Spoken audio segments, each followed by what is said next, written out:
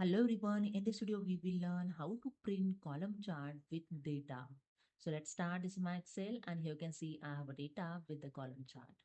When you click on the column chart and when you press the Control P to print this column chart, you can see only one page here showing column chart. Okay, but here I want data plus column chart. For that, just go back.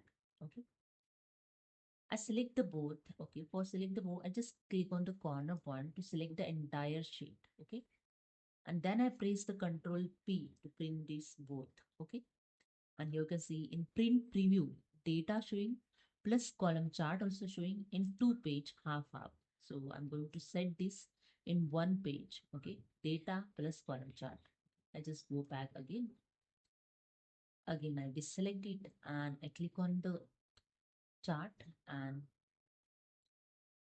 drag below the data. Okay, I just drag below the chart and decrease the size and set up to the print line. Okay, so I set the column chart up to the print line. See here.